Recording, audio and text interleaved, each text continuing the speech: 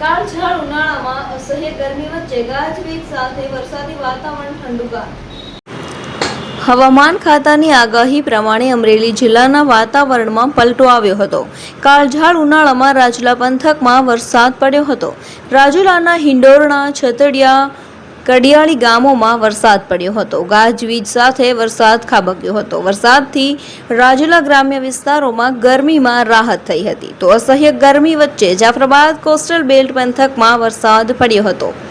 રાજુલા જાફરાબાદ ગ્રામ્ય વિસ્તારોમાં વરસાદ પડ્યો હતો। જાફરાબાદના હેમાળ, કડિયાળી, બાબરકોટ, ધૈસપુર ગામોમાં વરસાદ પડ્યો હતો। અસહ્ય ગરમી વચ્ચે વરસાદથી વાતાવરણ ઠંડુગાર થયું હતું।